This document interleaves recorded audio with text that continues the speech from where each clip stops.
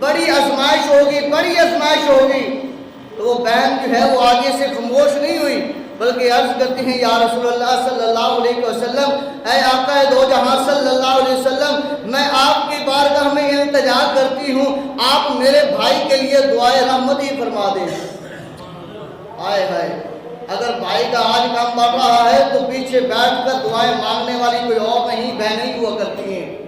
عرض کرتی ہے یا رسول اللہ صلی اللہ علیہ وسلم، میرے بھائی کو جو مشکلات ہوں گی، جو آزمائشیں ہوں گی، یا رسول اللہ صلی اللہ علیہ وسلم آپ ان کے لیے دعا کر دیجئے رحمت کی کہ اللہ تبارک و تعالیٰ اسے اس پر ثابت قدم رکھے۔ تو اللہ اکبر، جب بہن نے التجا کی، اپنے بھائی کے لیے دعا کی، تو رسول اللہ صلی اللہ علیہ وسلم نے اپنے ہاتھ اٹھا دیے اللہ کی بارگاہ میں۔ اب اللہ تبارک و تعالیٰ بھی دیکھ رہا